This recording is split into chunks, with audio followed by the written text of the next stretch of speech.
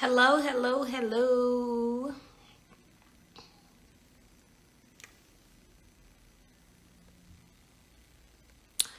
Oh, how are y'all doing today? Hello, beautiful people.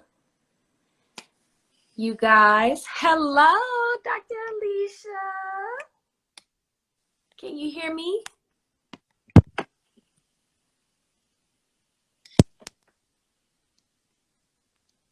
Hello, can you hear me? Okay, I all right. Can you can. hear me now? I can hear you now. How are you doing today?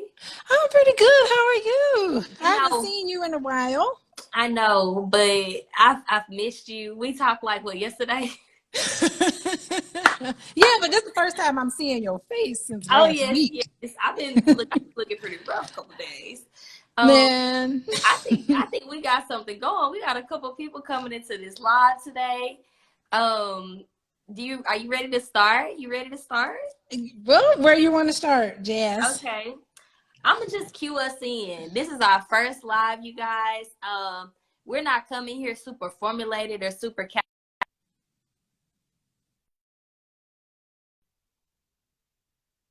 people love to call me when I'm on lives, and I'm like, not today, Lord. But I just wanted everybody to know, like, this is our first episode. Show us lots of love. Share it to like 3 people right now that need to talk about Black love, that's going through it, that's like, man, it's ratchet out here, it's ghetto out here. And I'm just gonna open it up. So, you guys, this is Dr. Alicia Watkins. We have literally birthed this series to raise awareness about healing and restoration of relationships within the Black community with a licensed therapist. So, like, this is somebody that's certified. If you got some traumas, you got some stuff that you need to go ahead and heal, because you know the Black community, we don't be able to heal and stuff like that. So, like, I brought somebody that can help us walk through that journey. And our first episode, you guys, is gonna be called "It's Your Birthright for Black Love." And while we're gonna start, I'm just welcoming you all here. I'm gonna give Dr. Alicia's intro because she deserves, and that's just it. She Keep it deserves. short. I'm Keep gonna it keep it short. short. I'm gonna keep it short, and I'm gonna give y'all a little bit about me, and we're gonna dive right in. Okay. So here we go. Dr. Alicia is a full professor of social work. She is a founder of Coaching with Dr. Alicia LLC, providing evidence-based skills to couples who wish to get married, improve their communication skills, and foster healthy relationships. Dr. Alicia wishes to use her own life experiences related to love, marriage, community building, self-exploration, and commitment to respectful living to inspire couples to become stronger together. She helps individuals, couples, and families heal from past issues that hinder current functionings.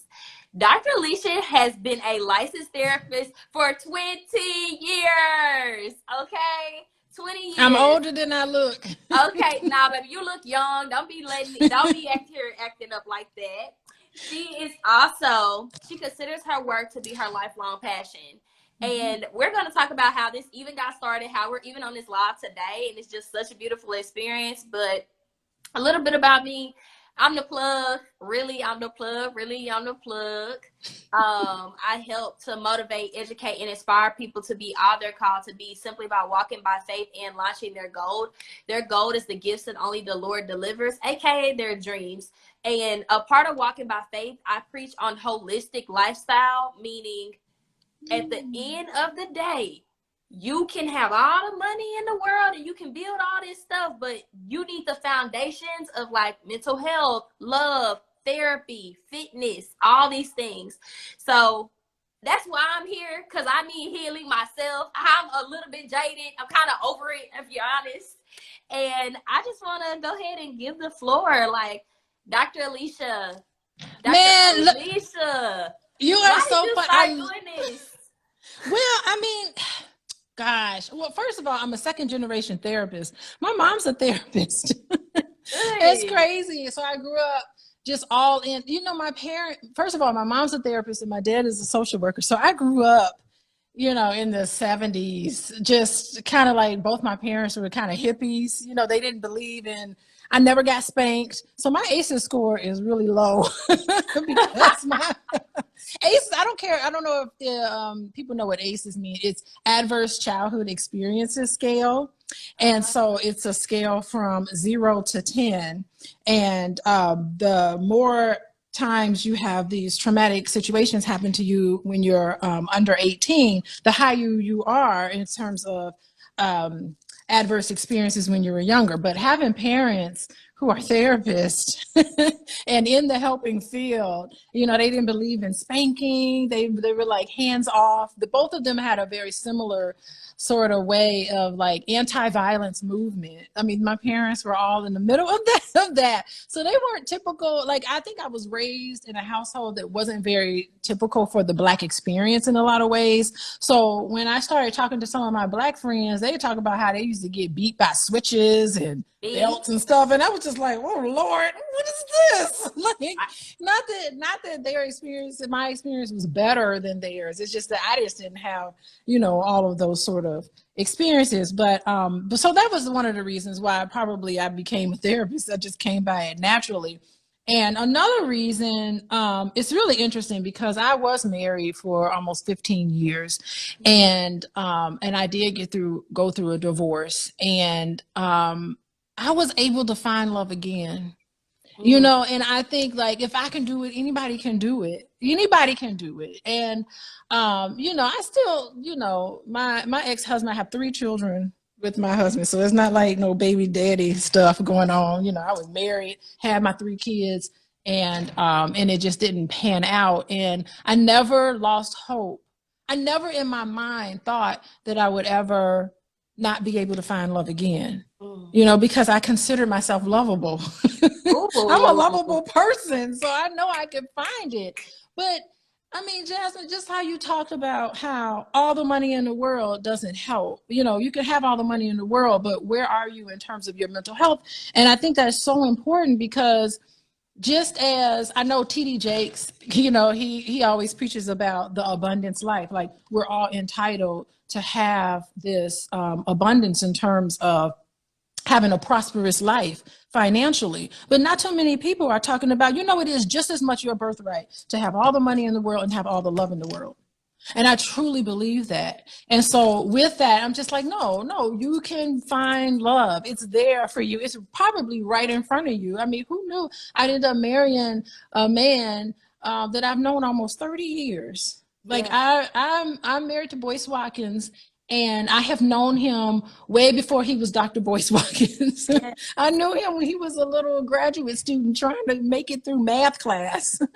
And I mean, he was always my favorite friend, and we always had fun together and everything. But anyway, so that's what it is. And so it's just, you have to kind of believe, and you can't listen to all of this negativity that I think it's like a disease. It's like it's penetrating the minds of our people in our community, and it makes us believe something that's not true.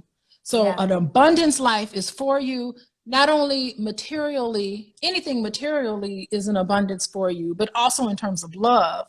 There's wealth everywhere, and you should have wealth in your life, in every aspect of your life. And there's no reason why in this day and age that you can't get it. Yeah. I know that's right. First off, you already preaching. Ooh. No. Like, something you said is, you know, you believed in love because you were lovable. And that stuck so well with me because I know I'm a lovable person, but some kind of way you can tell yourself these things like, dang, it's something wrong with me, or I done been in all these relationships, but it ain't work out. And, you know, maybe this isn't gonna, like, I'm never gonna find love. And I talk to so many women, Dr. Alicia, which is why I feel like it's so powerful us to even be collaborating, because I'm attached to the high performing women of the world that are just like, I don't know where my king is. That would be me too. I'm attached to him, but we ain't figuring it out. It's just, you said that was something I'm gonna keep with me. Like, I'm a lovable person, therefore I can find love, and this is a part of like my journey, my testimony, and the things that it can happen for me. And the abundance lifestyle is applies to more than money. It becomes with relationships too. So that was so good. I got a question for you. Like, why did you started getting into therapy and you were a part of this work, but you know, you could have chose other careers.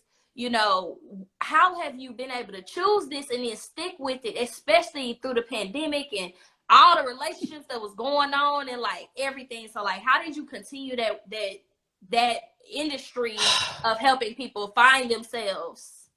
Yeah, I will say, gosh, I started off wanting to get my clinical license, and that was it. Like, I did all of the training. It was a lot of work to get my clinical license, and I was able to get my clinical license, but I always knew that I wanted to be able to teach and I wanted to be able to give back, because my father was a college professor and I loved that life. I would go visit him in the summers, and I'm like, what, 3 months out of the year and you're not doing any work, but you get paid all year round? I mean, it was just I love universities. I love campuses.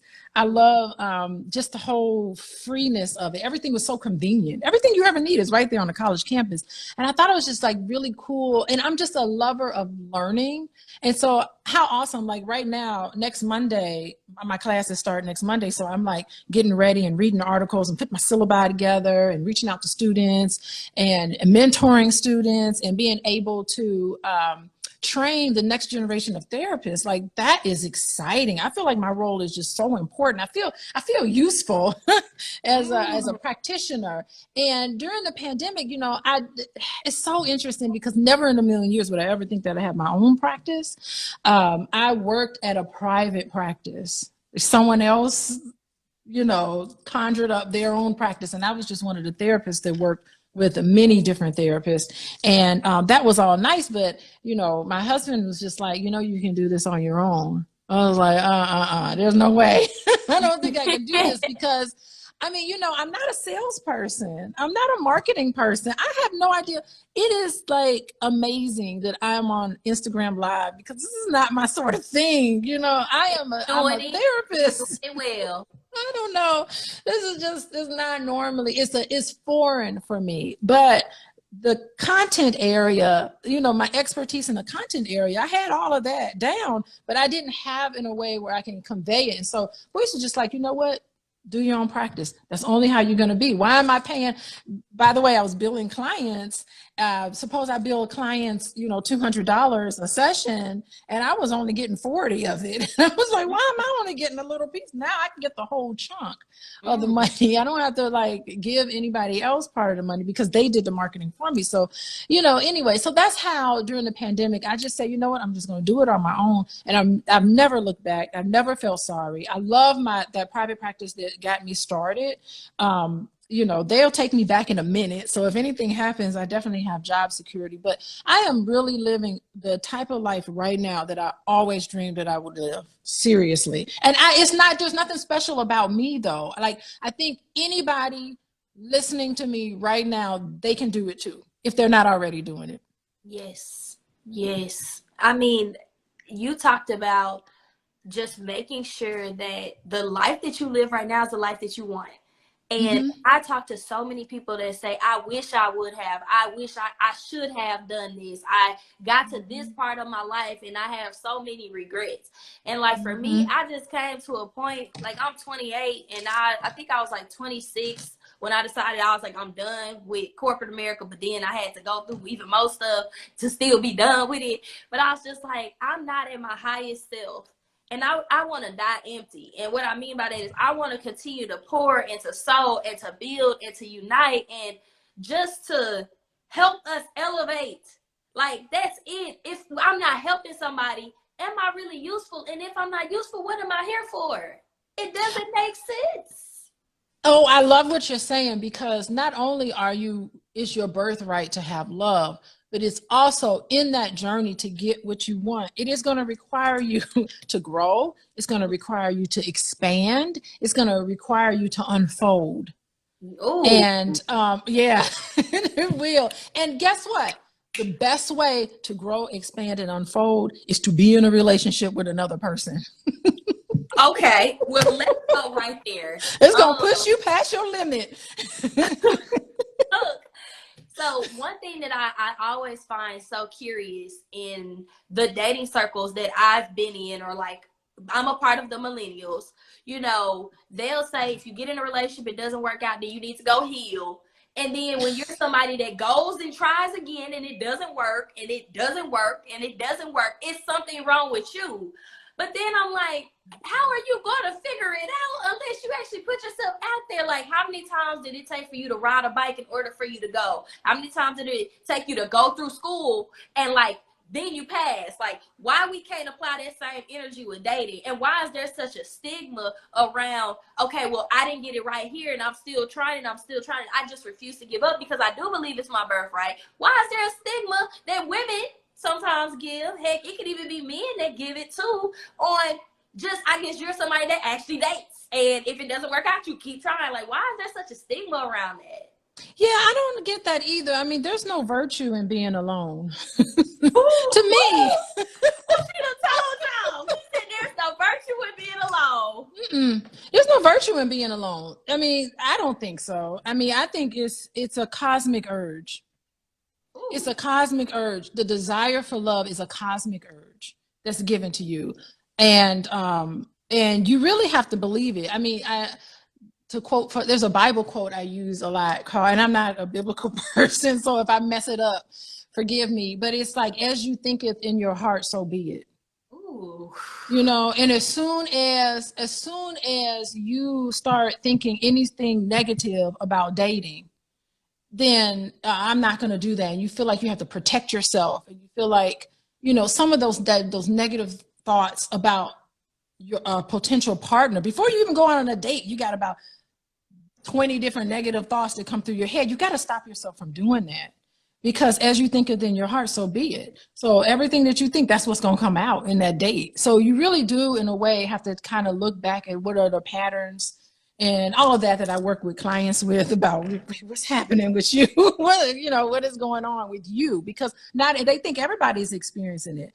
And just because you've experienced something with some man, that doesn't mean all men are like this. And I cannot stand anybody who considers themselves a relationship guru that's going to sit there and talk about, categorically define an entire group of people as less than or unworthy or value. If I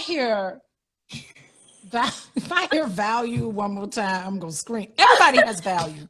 Okay. Everybody. It doesn't matter how much money you make. It doesn't matter what you look like. Who says somebody looks good or someone doesn't? Whose definition is this? Yes. I do not like that word. Whenever I hear it, I cringe, because what are you talking about? Value. You're not a valuable person. Yes, you are. God made you. Well, how's the dating scene for you, Jasmine?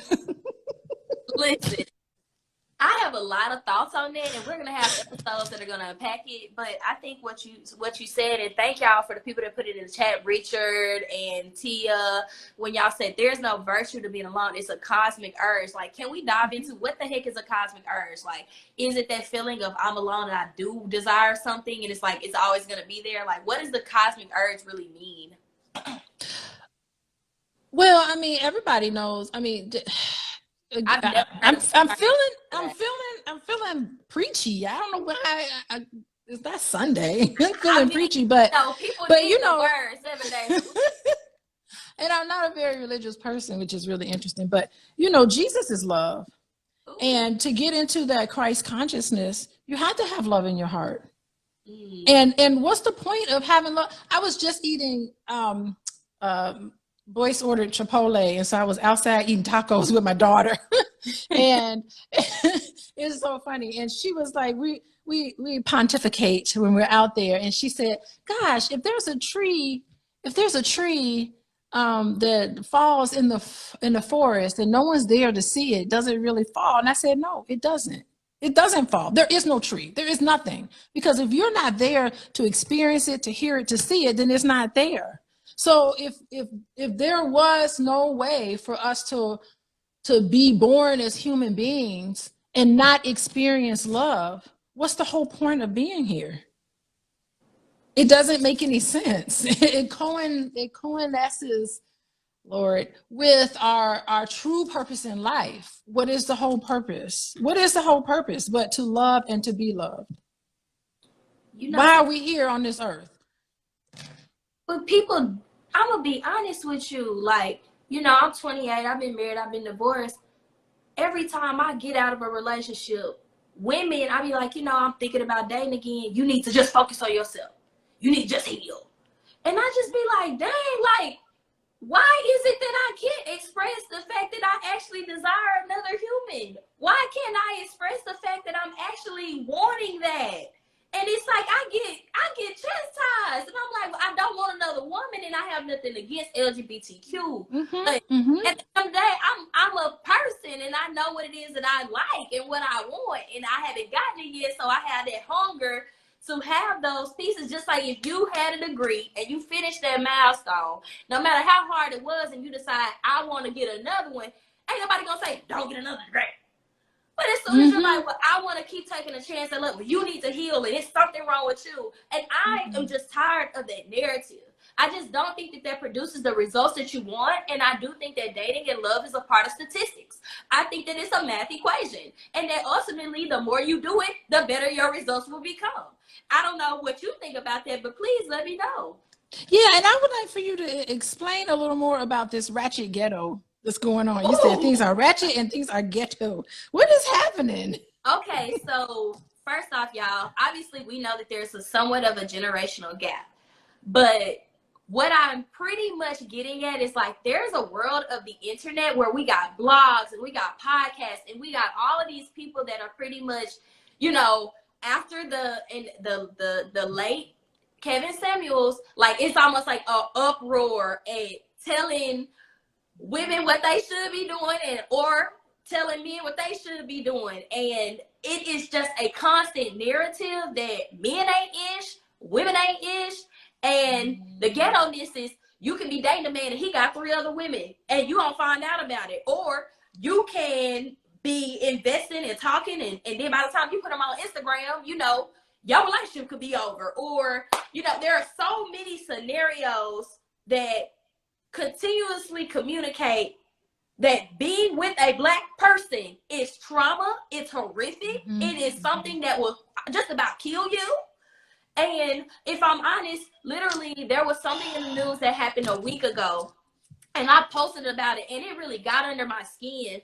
And it was about a woman who that the narrative or the blog or the post was talking about how, you know, she got broken up with and so she went and killed her she tried to commit suicide by going and like running into a car with and killing people. And the narrative was she got her heart broke. And I was like, for me, I looked at that in so many different angles, and that was so controversial, but it's happening every single day. Maybe not to the extreme where you're taking a car and you're completely driving it, but people are like going through it, depression, mental health, all from loving or trying to love each other. And then the rules of dating have completely changed. We have apps now, and if you don't like somebody, you can just swipe right, or you can just get on the app again, or you can just be like, I'm done with you. And there's so many options. I know men, they're probably like, you know, dang, it's hard for me to be faithful because all I gotta do is get on Instagram and type in Instagram girl. Or with women, it's just like, you know, we out here trying to date, trying to love, maybe, and then we find out the man we went been with this, and this person, and they calling us, and, you know, I got some stories for you, I don't mind.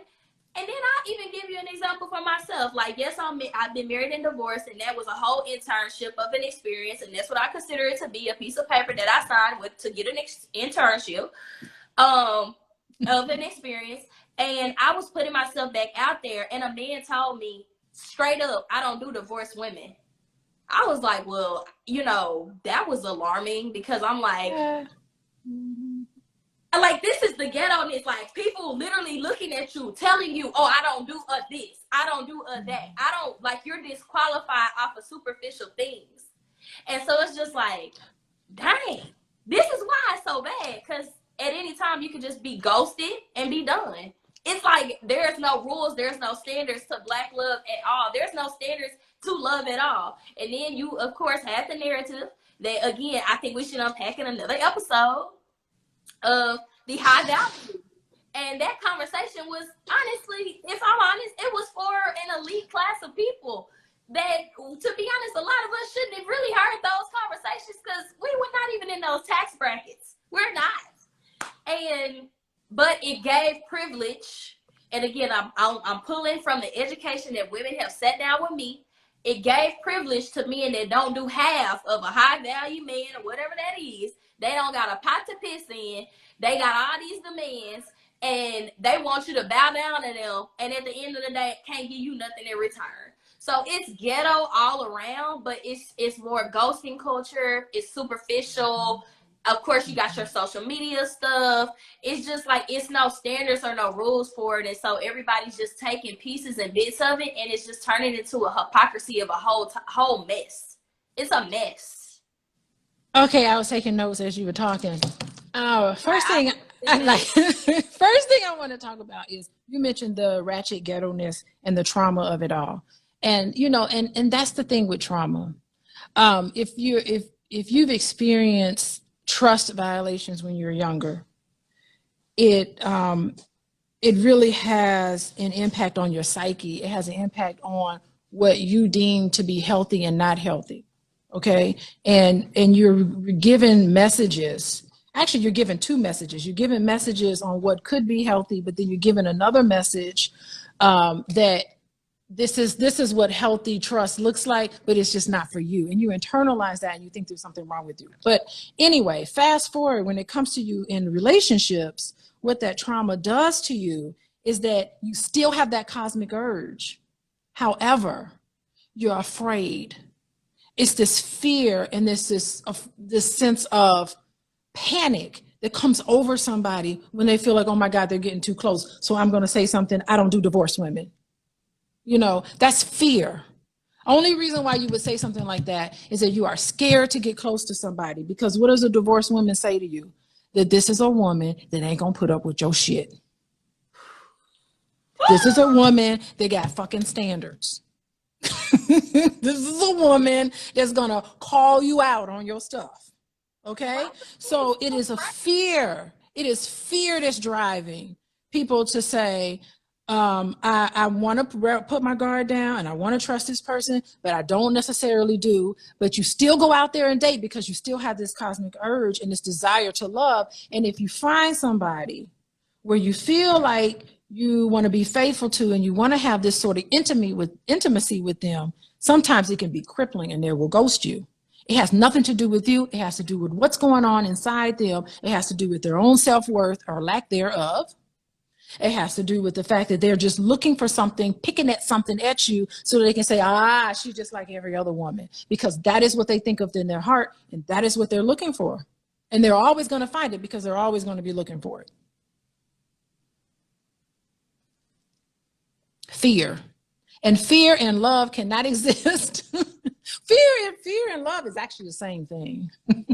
You know, on the continuum, you talk about vibration and all of that, but it just can't exist at the same time. And so people get triggered and they get upset and they start remembering how their mama did all these things to them. They couldn't trust their mom to come through for them when they needed something. For some of these men, when they were young and they were growing up and they needed somebody to be there for them, to hug them, to hold them, to make them feel lovable, that person wasn't there for them. And so therefore, none of these women are going to be there for me. And those are the people who will follow Kevin Samuels to his grave. And they will go to their grave alone, lonely, with nobody, depressed, anxious, sad, and they'll never have no woman at all. I said it. Y'all, I stand by it. My edges are going. I don't know if y'all can y'all send me some edge control and some growth oil, because they're going. You said a couple of things, and I wanted to ask you, like, why are men so afraid to be held accountable? Like, what has been in the Kool-Aid of this lack of accountability? Yeah, so in order to be, and that's what it comes from, shame. So there's some people who can't be accountable for anything because they feel like if there's something wrong with what I did, then there's something wrong with me. And they can't separate behavior from who you are as a person. So I'm with my other daughter, and she's in trouble. She gets in trouble, and I have to take her phone. And so I let her know. I said, you know what? This isn't you. You're a wonderful, sweet, smart girl who made a mistake, who was naughty, who did a naughty behavior. So what I do is I make sure that when I put her on punishment by taking her phone, that it's not her as a person. She's a beautiful, wonderful, capable person. This is not you. I even tell her, this isn't you. This isn't the type of girl that your behavior was unacceptable, but you are lovable. And so I make that distinction with her because I want her to feel guilty for what she did, but I don't want her to feel ashamed. Because people who feel ashamed, they can't take accountability for their behavior because it ruins their self-image. They feel like, oh my God, there's something wrong with me. Because deep down inside, they feel like there is something wrong with them because they've been told these lies. And that's another thing. As you think it in your heart, so be it. Sometimes some of these parents put nothing but hate in their heart. Sometimes they go out in the world and they get these terrible images of themselves, of Black men and Black women, and what that does, it puts hate in their heart. And so that is what permeates. They can't take accountability because then they would have to say that I am a complete fuck up, and you're not. You're not. The reality is you're not. But they come to this understanding that there's something wrong with them. And they've never been able to distinguish those two. And they live with shame. Okay, so let's take an example.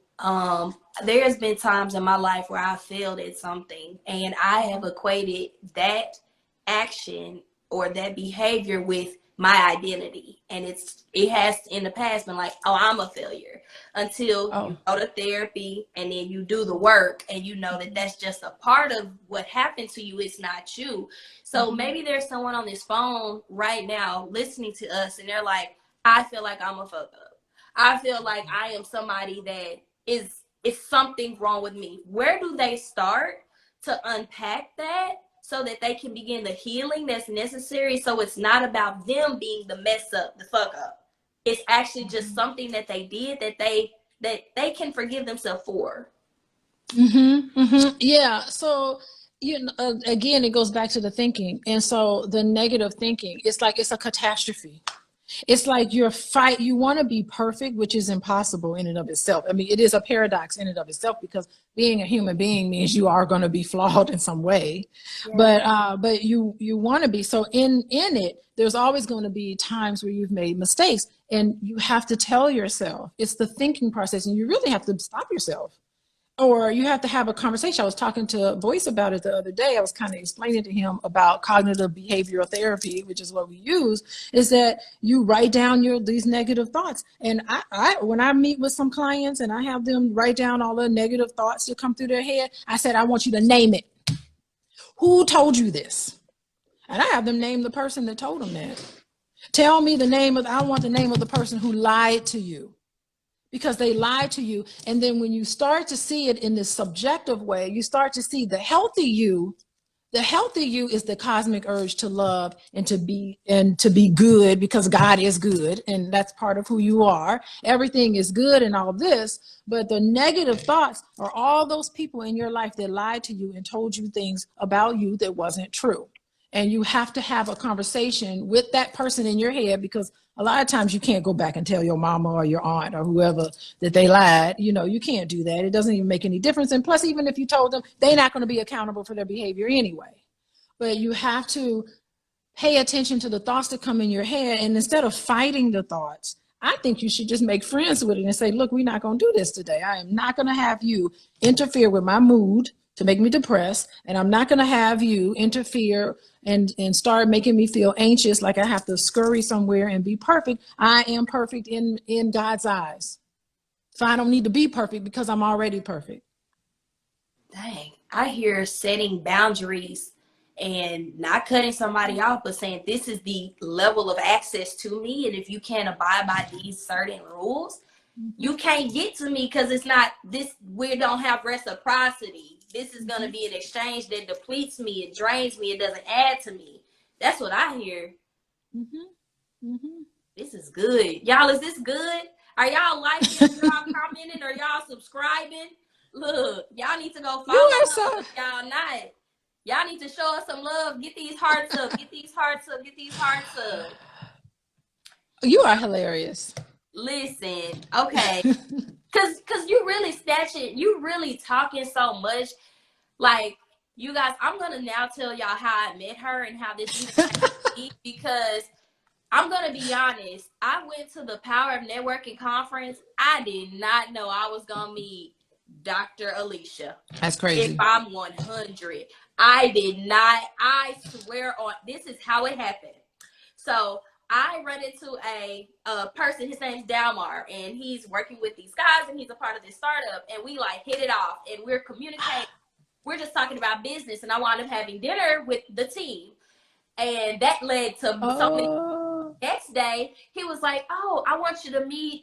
It was the workout, the Rumble. Yeah, they were like, "I want you to meet Dahan," and Dahan showed me the Rumble people, and they were like, "I want you to sit at the table with us," and I'm like, "Look at me elevating in life, getting at the table," and literally, I sat at the table, and you sat right next to me. And I was like, I had no idea who you were, but your energy was vibrant. You were nice. You were like, yeah, I'm here. And I was just like, you know, you were asking us who we were. And I was like, I was really trying to say, like, I'm just here by the grace of God, literally, because my whole life up until this point has been shambles. And you were like, oh, well, I'm Dr. Boyce Watkins' wife, and he's going to be speaking. And I'm like, okay, I'm not sure what that means. I'm like, what do? You're like, you're a matchmaker. I said, you're a what? Yeah, I'm matching people together. My eyes, I was like, she has the answers to my problems. Because I'm looking into arranged marriages because me picking ain't working, okay? And you was like, I was like, I'm gonna let you know, if you can help me find a man, you are gonna break generational curses off of my entire family. My lineage is gonna be saved. Legacy is gonna be here. I said, please help me. And you was like, sure. And then, you know, we had our conversation, and we can get into that another day, another time.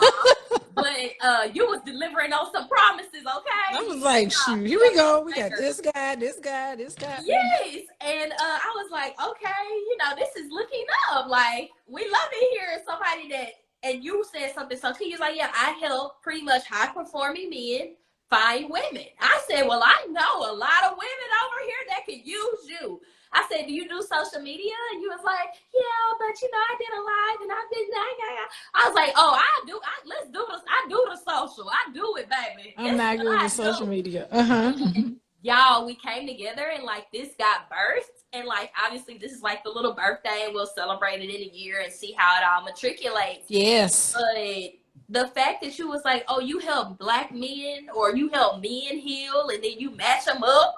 I said, oh, my audience needs some matching, because we ain't picking well. It's ghetto.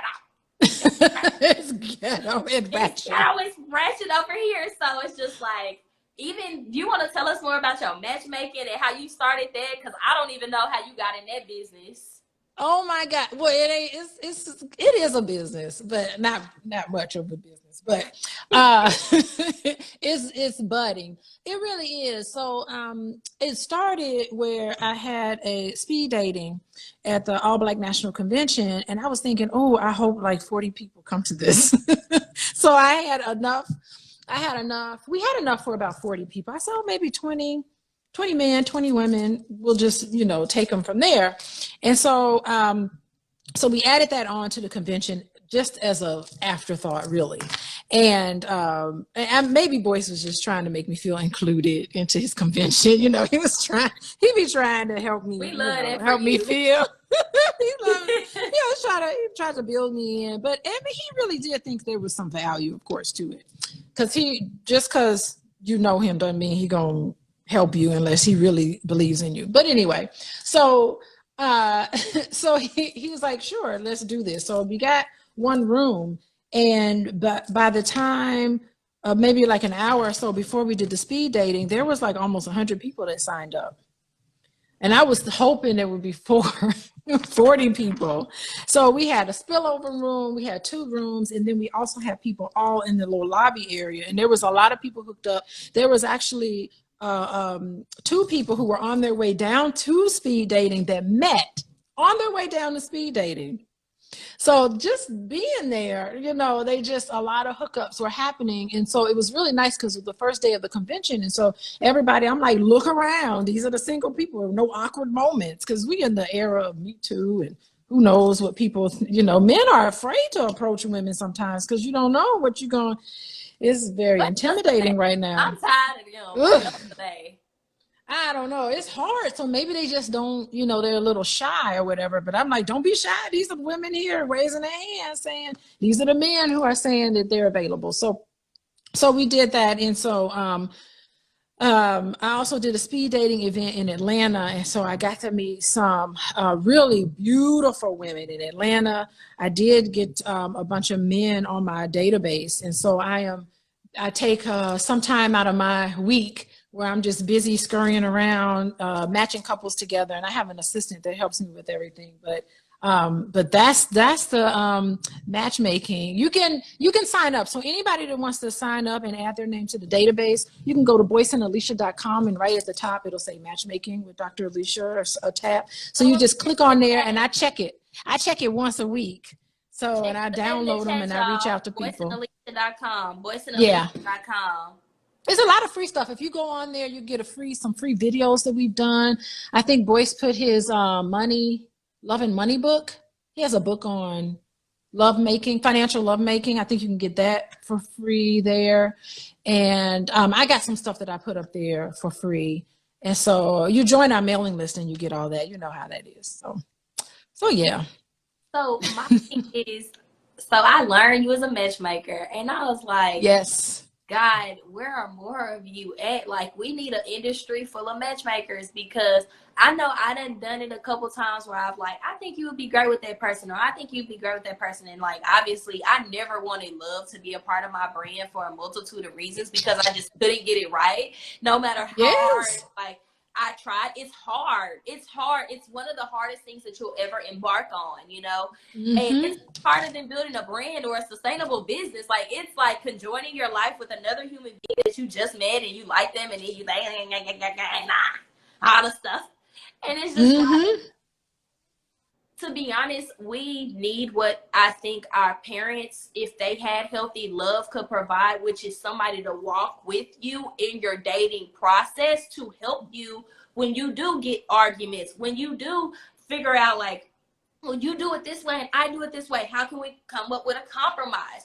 Or like, even if there are like opportunities of like, these are the list of questions to ask. So you save so much time up front, you know. I'm not gonna lie, Dr. Alicia, like, I was a product of the purity culture and he needs to be all in the church, and he gotta be a God-fearing man. Get you a God-fearing man. It's just like, that did not give. I'm gonna be honest, that industry did not give what it was supposed to give. It did a whole bunch of black women up, and like, I'm just gonna be honest, like, we saw how that purity energy, like, I'm not trying to speak on names because I know at the end of the day I may one day meet them, but like, let's go with the Franklins. You know, like, they did it all the right ways. They did they tour, and it's just like, it didn't matriculate. It did not work out. And then it's like, there are some people that have been together since they was 18, and I know they was hitting the sheets and they was doing it all, and you know, I literally know a family member, someone, have been together since one was 16, one was 18. They've been together for 40 years. And it's just like, I don't think it's a formula to this, but maybe there's a formula in finding someone that matches you, and like, y'all making a decision to stick it out. Like, is that what it is? Oh my gosh. Yeah, I mean, at the end of the day, you talked about compromise. Compromise is so important. You talked about being flexible. That is so important. You see Boyce over here. What you doing? Hey. Take a picture. Why are you over here? Hello. Being silly. Hey, Dr. Boyce. How'd you do? Hey, Jas. How are you doing? I'm doing good. I'm gonna walk away. Okay. How you doing? He's over here distracting me. That is a good conversation y'all having. I've been listening. I'm Have learning. I'm learning. Yes. Bye. Bye. What was I talking about? Yeah, we love a supportive husband, okay? He wants to make sure you know that you're loved and he supports you. You know how many men ain't supporting my content? like, subscribe, but wanted to be with me, don't listen to me. They had to go. They had to go. Go right out the door too. Bye. Bye. Yeah, oh my God. Supportive. Let's just say you have to be supportive. And the thing is that if you're not flexible and you don't help each other meet each other's dreams and just be friends with each other, what happens eventually is that all this resentment builds up. And when the resentment builds up over the years and you don't deal with it, I mean, we know that couples who finally go to therapy deal with their problems a minimum of about 5 to 7 years before they actually go in and seek some help. Can you imagine how much resentment can be built up if you're not getting your needs met? And it's been 5 years, you've been pissed about this topic and you have not been able to resolve it. I mean, it's like, I don't even want to look at you if you have that resentment. And so it's too late. So a lot of times I see a lot of couples and it's way too late. It's just like, they should have been in here 10 years ago. They should have been, actually, couples should come and see me before they even get engaged. I believe, to try to figure out, because everybody you like is not, let me tell you, love is beautiful. I just talked about how love is, but love is not enough to marry somebody. It's not. It's not. It is not enough. It's a business decision at the most. I started out saying I had a piece of paper with an experience that was my internship. Yeah. The internship was done. We let that internship go. Yeah, it was time. You learned your lesson. You met your educational goals. I did. Move on. You put your hours in. You got your certificate. Yeah. And also, it's like, if you don't, like, I came from a divorce background. My parents divorced when I was 7 years old, and I knew what that was like. And I did everything I knew to do not to get divorced. I read the books. I took courses. Like, I went to the extreme. And I saved myself. Like, I've been writing it on Facebook so I can kind of like just continue to like share my journey. But like, I thought I did all the right ways. And then I even did it to such a soul level to where I didn't have a white dress. I didn't have a big wedding. I shouldn't have married nobody in 7 weeks and did it in 24 hours in Las Vegas either. So that's something on that. And we can unpack that energy at any time that you would like to. But, you know, I thought I knew that person, and it wasn't like I would never just bash them, but like I really thought that I knew them because I had sat in class with them for 7 years. And it was just like, I finally thought like, oh, wow, maybe God has sent him and I walk by faith. And like, I'm at this such, like, I'm a risk taker, and that gets me in trouble, but it also gets me really far. So you gotta know your strengths and your weaknesses. So overall, you know, I'm so glad for that experience because I did it in my early 20s. What would it be like for you to do it and then like it still don't work out? So it's just like you never know. So it's like you got to give yourself grace because we all just on this earth trying to figure it out. And I love what you said, like, come to therapy even before you get engaged. Once you get engaged, that's really it. It's too late. You're waiting for a date that is honestly a superficial date because it's just like any other thing, another milestone that's come with more events. It's just like, by the time you say you do, it's done. Yeah, it really is done. And it's so hard. It's hard to go back on it once you start. Can you imagine you set a date and you tell everybody about the date and then you buy your dress and you spend all this money on your dress? Weddings are what, $50,000 now for a nice big wedding? And you can't even spend a couple $1,000s on the figuring out how you want your marriage to go. You spend all this money on one day. People spend money on one day, and they do not want to spend any more money coming to see me so that they can plan for how they want their marriage to operate. Yeah. They don't know what they want to do. So, I mean, I can't even imagine just doing that. And then you have to disappoint everybody if it doesn't work out. You have to, I mean, if you call off a wedding, can you imagine calling a wedding off? You know, it's just, you have to disappoint everybody. You're losing all this money.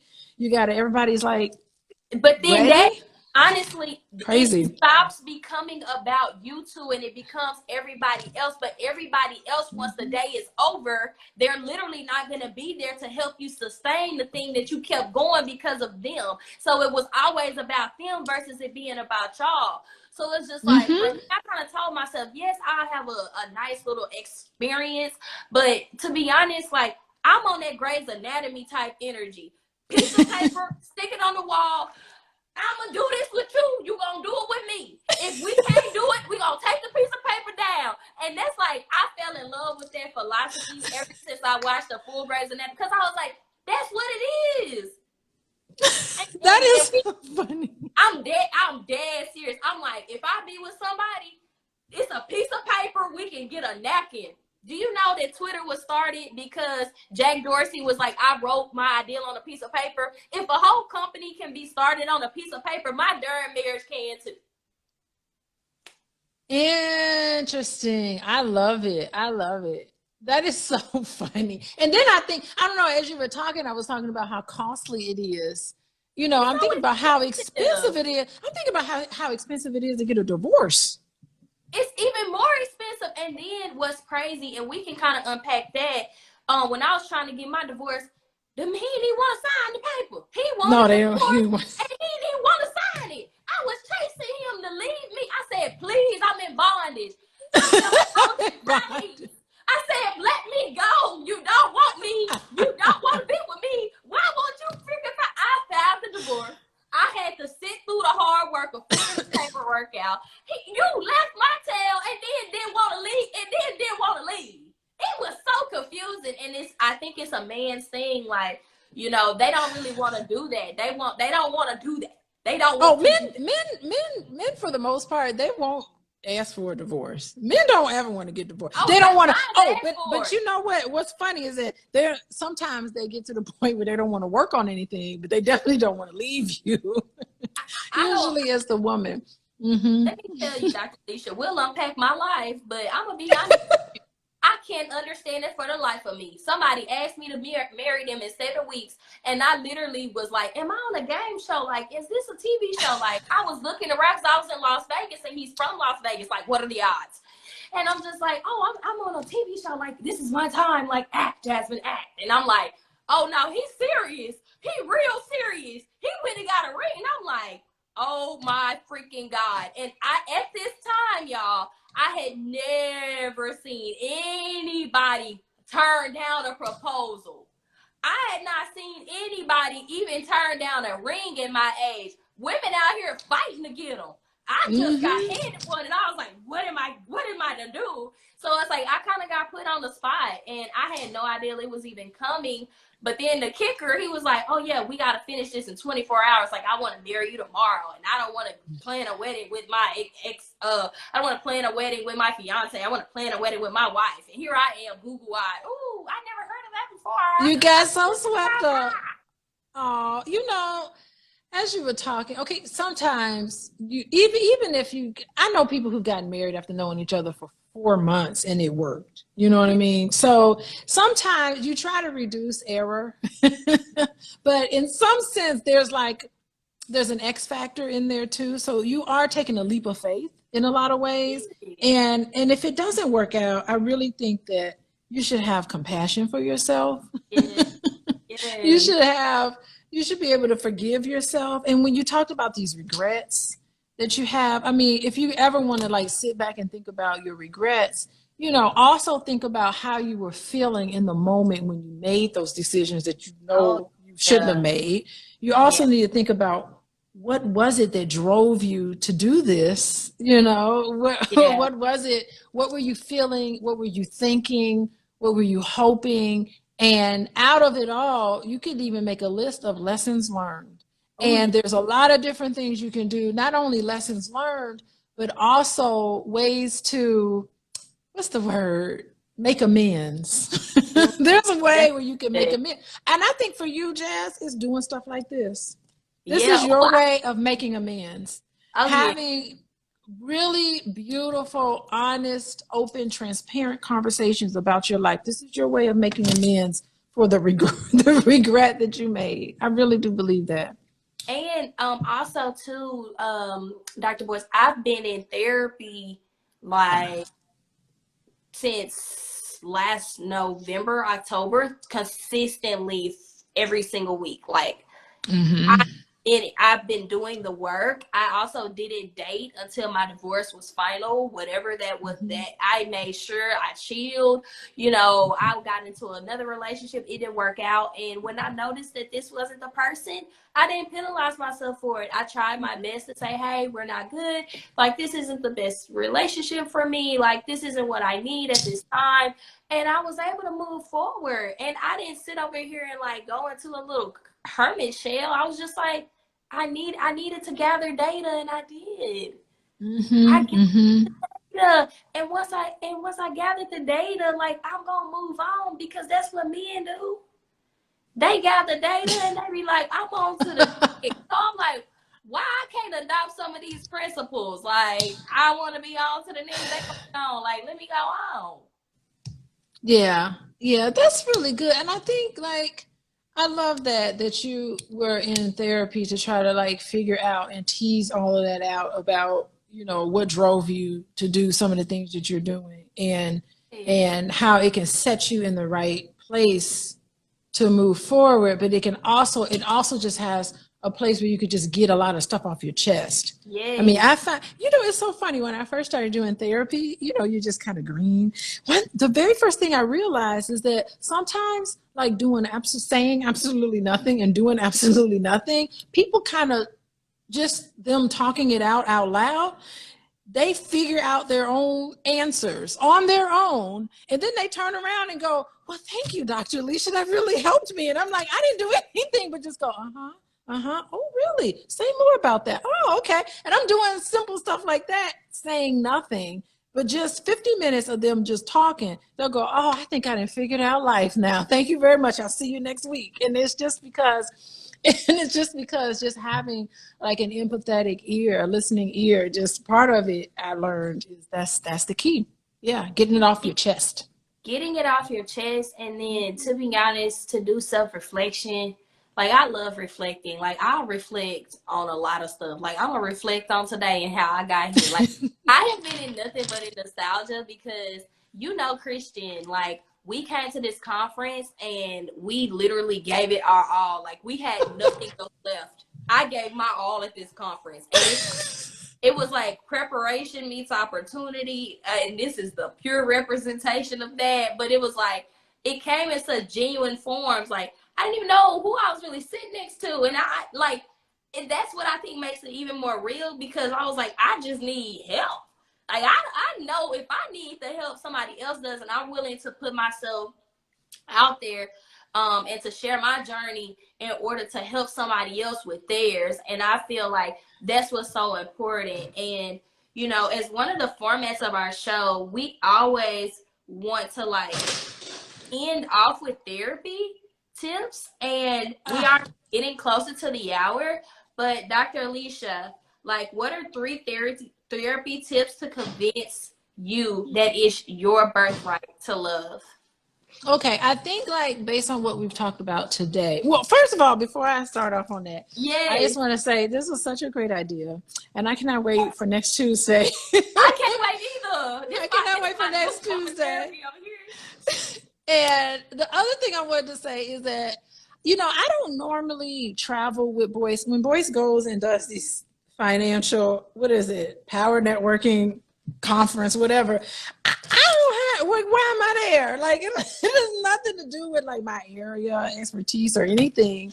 And I just go. And I came in that Friday. So I'll leave it up to Boyce. I said, Boyce, if you want me to come along, I'll come along. If you want, I'll take pictures and get you ready for your social media and all this kind of stuff. So I just come whenever he said, and just as a whim, he's like, why don't you just come down to Houston?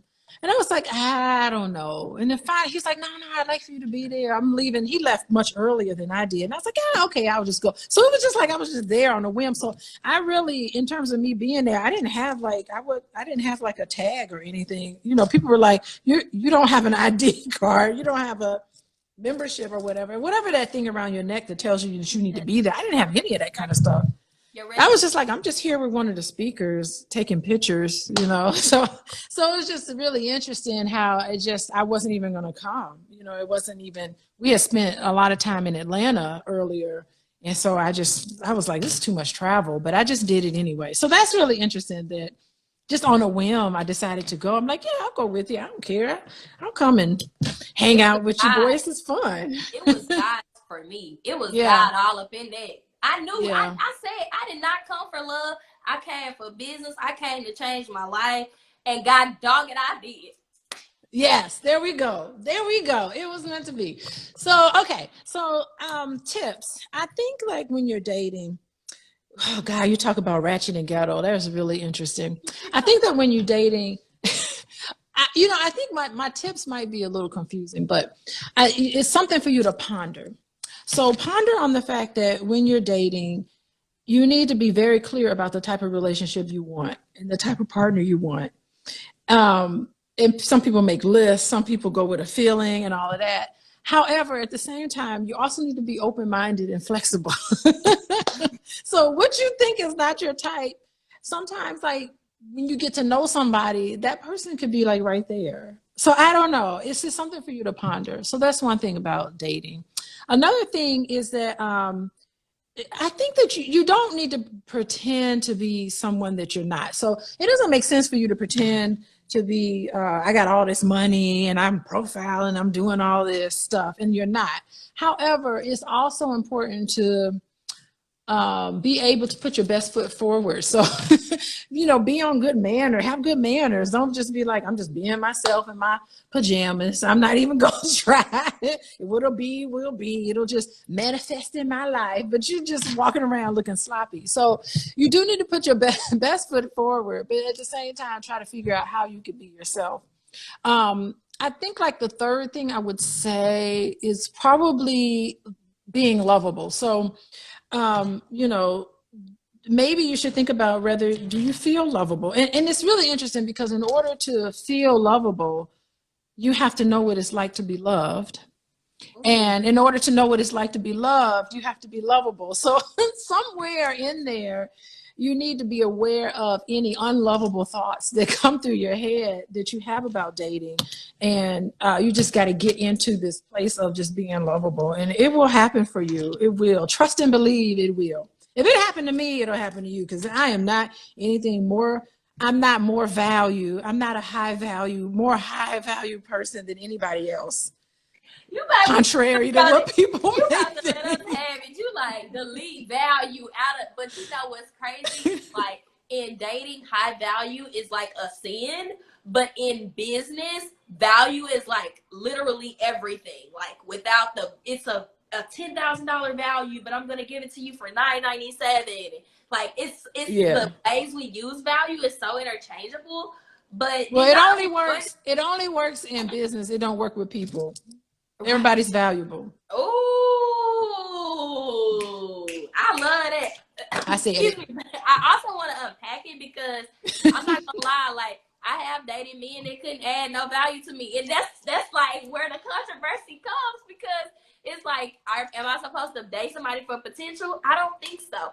Am I supposed to be with somebody that can help me in my journey? Yes, but what do we say? Is that like your characteristics, your character, your skills, your ability? Like, is it that all a part of like? It's something for you to ponder on. Yeah, like there is no clear answer.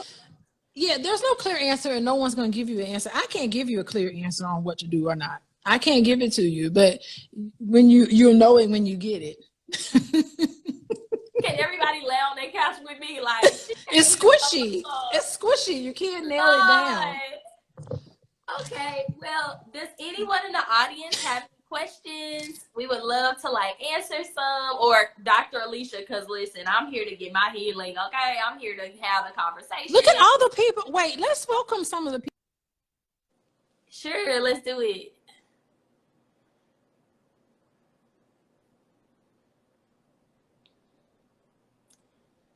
Why did it go freezing? Like, what's going on with this thing?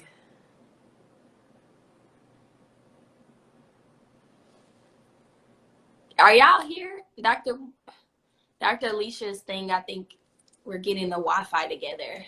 Are y'all still here with me? Can you put some hearts if we're still alive on the Okay, so she's going to come back. She probably has some service issues. Yes, here she comes. Doc froze. View request.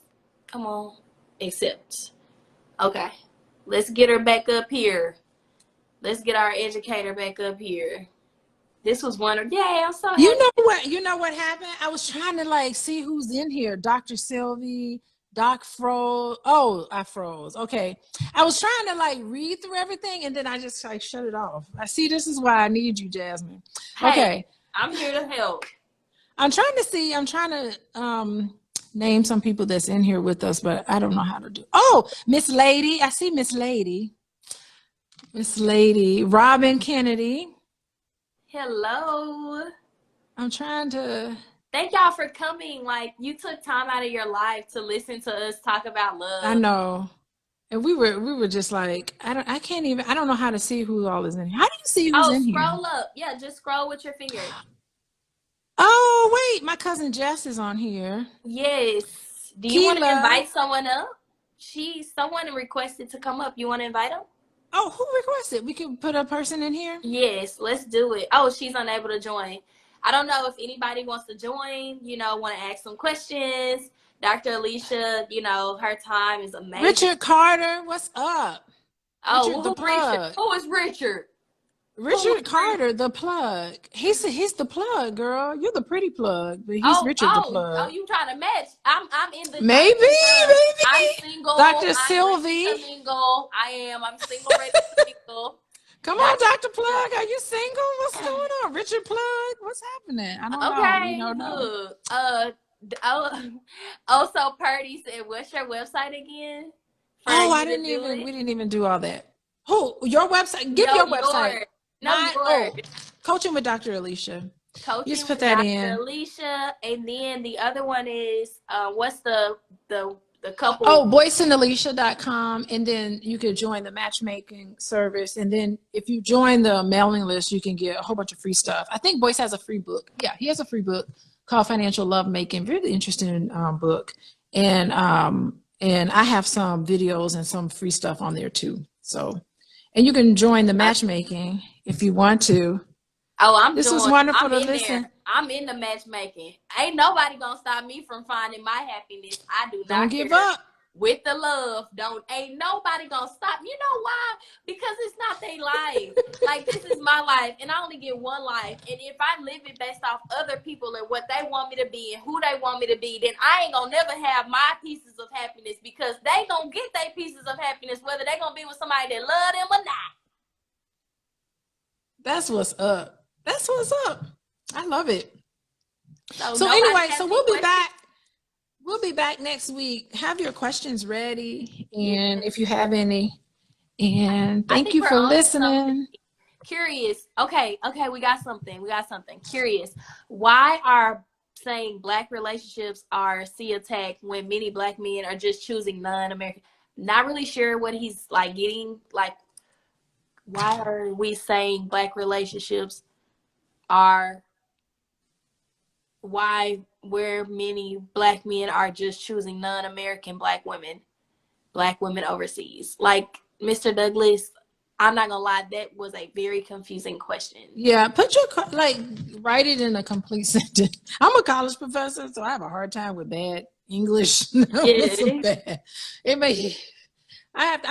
can't read anything without correcting. I'm grading everything, so because I'm grading all the time, so I'm always grading. And I don't know. I think we not. I don't know what it is. We gonna give you time, Douglas, to type this thing out.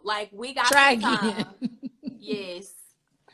Yeah, I think you can listen. It doesn't matter. You can get somebody overseas. You can get somebody from Mars to date. It doesn't matter what it is. The relationship is real as it is, and a lot of the relationship issues are the same across the board. And I have worked with families. I told you this, I worked with white families. I worked with Latino families. I've worked with Caribbean families. They ain't in America. I've worked with families from Africa. I've worked with all different types of ethnicities. And I'm telling you, it's the same sort of problem. So the grass is never greener somewhere else. You may think, Black women ain't worthy, whatever, of being married and all that other type of negative thinking again. And it all boils down to you. You know, Okay. it all boils down to the interactions, the daily interactions that you have with that person. It's all human experience, and it's very, very real. And so you may think grass is greener, but then you'll be surprised to see it's going to be the same issues. It ain't no group of people is more valuable than another group of people. Okay. You're fine. So he said Black men are saying Black women overseas. The women I'm referring to are Black, just non-American. Culture is very different. I guess, Douglas, are you saying, like, why do Black relationships see things that are wrong with women overseas? I don't think there's anything wrong with women overseas. I mean, I think it makes it a little more complex because the power differential. I mean, if you're dating somebody overseas and, you know, they want their green card or whatever, they want to come to America, it's a power differential there. So that's something to keep in mind. I think, you know, research shows that I think relationships are difficult enough.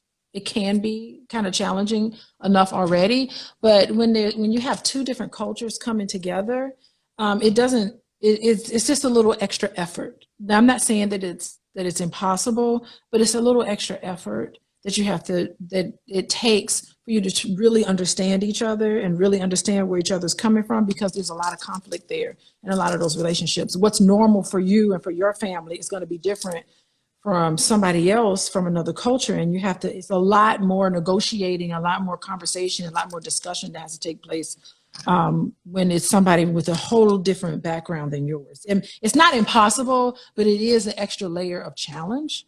Yeah. So that's what I've seen in my practice. I'm just speaking as a professional. That's good. That's so good. Y'all, I'm just this conversation and us be on this phone, like, it makes all my pain with men worth it. Like, I have been through it, and not all of my relationships have been bad, but boy, have I got myself in some situations that I'm like, I don't even know how I got here, but like, I am so grateful that I met you. When I tell you, like, Girl, we have something that each other needs, and it kind of comes from the type of combination that we are. We ain't gonna say yes. they gonna call us demonic and everything else. I swear, because I'm a Christian woman, and everything they gonna be like, she thinks she this and that. I'm like, listen, all of my best friends are in a certain month, and I'm sticking to that, and there's no reason for that. Okay. I am Tia Brom. She said, what are some best practices for dating someone with children if you don't have children of your own?